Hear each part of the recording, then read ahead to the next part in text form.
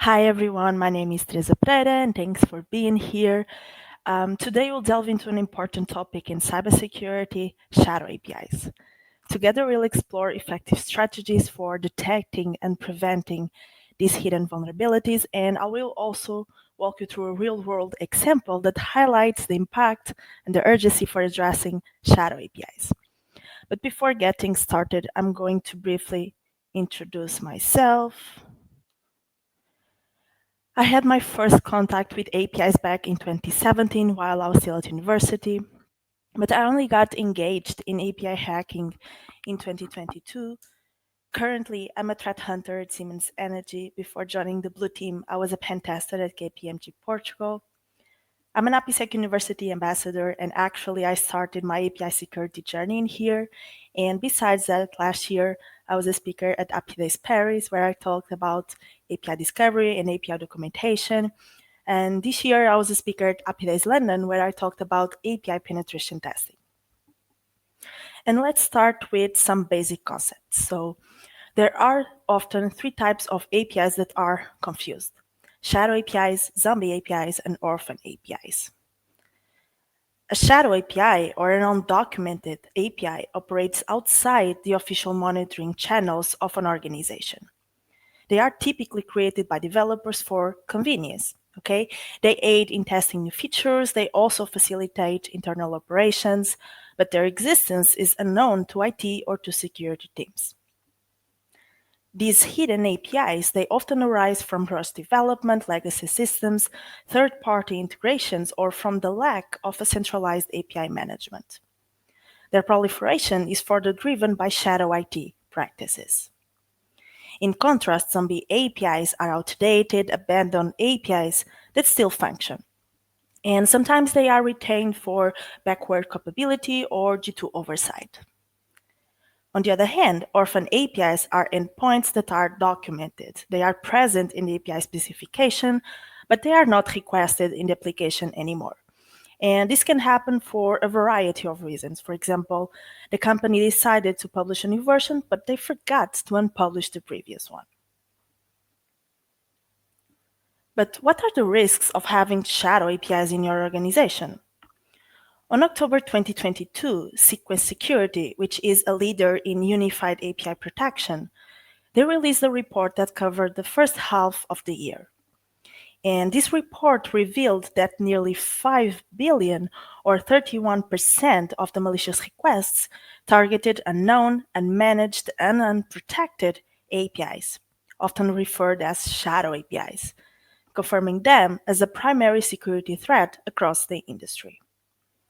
And the truth is, shadow APIs pose significant security, compliance, and operational risks.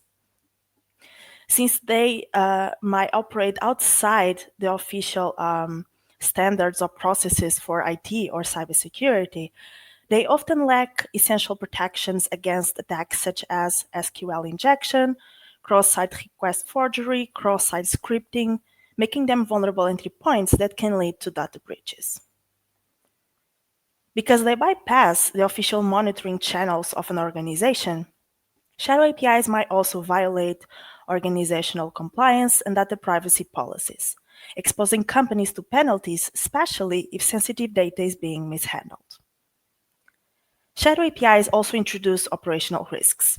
Since they are created without an IT oversight, they might not meet organizational standards or requirements, and in the worst case scenario, all of these can lead to system instability, performance issues, and data inconsistencies. And now it's time to see a real-world example. I always use the Optus case. I think it's really interesting, and you'll see why. Optus is the second largest telecommunications company in Australia. On September 2022, they suffered a data breach that resulted in the exposure of almost 10 million customer records, including PII, such as passports, driving license numbers, Medicare numbers, among others. The incident unfolded as an attacker discovered an API used for testing that was unknowingly exposed to the internet. And guess what? This API was using real customer data. The alleged attacker, he uploaded a text file with 10,000 hackers to a data breach forum and promised to leak 10,000 more each day for the next 4 days unless Optus paid the ransomware, which was $1 million in Monero. Although a couple of days later, apparently the attacker had a change of heart, deleted all of the posts, and also claimed to have deleted the only copy that ever existed of the Optus data. And maybe you are wondering, okay, we had 1 or 2 vulnerabilities. Well, in this case, we had 6. And right now what we'll do is we'll map each one of these to one of the OWASP API Security Top 10. And let's start with the API was unknowingly exposed and it was using real customer data. So these two, we can map them to improper inventory management and excessive data exposure.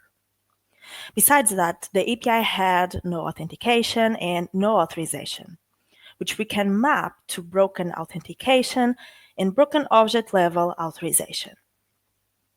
And last but not least, the API had no monitoring and rate limiting. And these two, we can map them to insufficient logging and monitoring and unrestricted resource consumption. So I think that in this case, it's safe for us to say that the attacker was lucky enough because he was able to join all of these small cracks, and together he was able to turn them into something bigger, which was the access and sell of almost 10 million hackers. And in reality, this is exactly what happens, okay? Attackers kind of wait for small cracks in order to join all of them together and cause a bigger impact, a bigger damage. But for shadow APIs, how can we detect or prevent them? Well, the first thing, and this one is essential, perform API discovery, okay? Identify, catalog, and manage all the APIs in your organization. Second thing, build a comprehensive API inventory. Okay, this way you have a single source where you can see all the managed and used APIs in your organization, and you can also ensure that nothing goes unnoticed. Number 3, continuous monitoring. It helps you detect potential threats and anomalies. Number 4, have an API first mentality, okay? Conduct regular trainings, workshops, and talk about API best practices. And number 5, adopt the shift left approach. This way you'll be able to catch vulnerabilities before they reach production.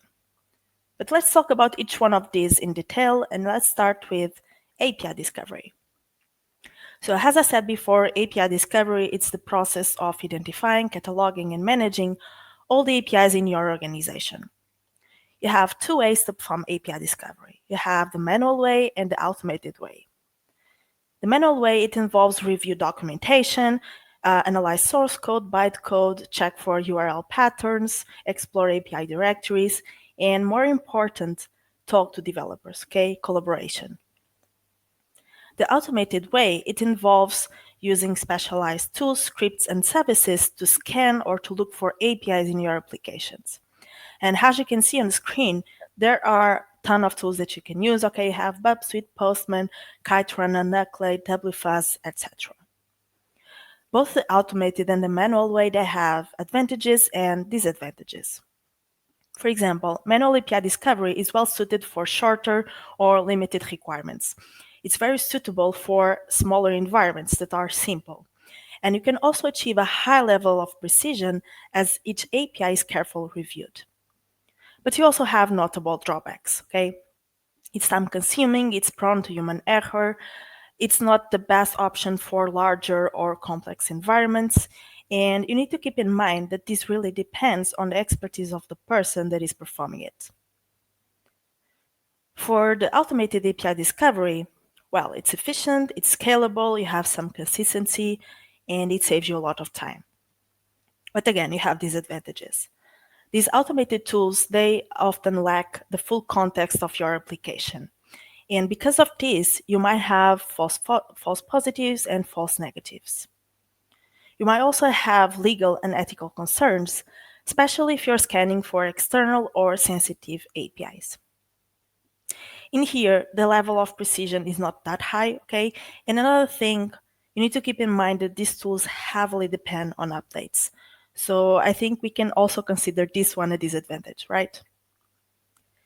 And after saying all of this, at the end of the day, which is the best option, manual or automated?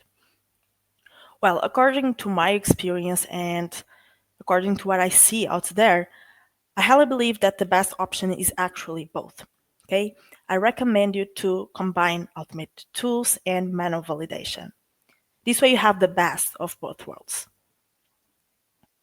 Number two, build an API inventory. One might think that inventory management is an old hat, but in the world of cybersecurity, there is one ultimate truth that applies in every scenario. You can't secure what you can't see.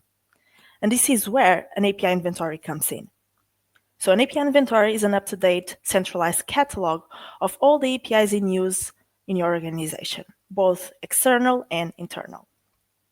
And typically, a great API inventory should include information about each API, such as the name, description, purpose, owner, and information about versioning, third-party integrations, details about the endpoints, such as requests, responses, parameters, data formats, HTTP methods, and other details, such as authentication, authorization, errors, redirects, dependencies, etc.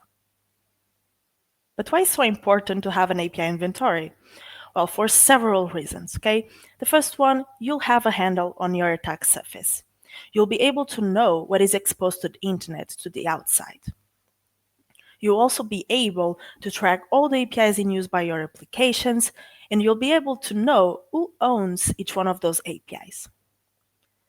Another one, you'll be able to track older versions and, more importantly, the reason why we are here now, you'll be able to identify shadow APIs, among others. Number three, continuous monitoring. Detecting shadow APIs can be challenging.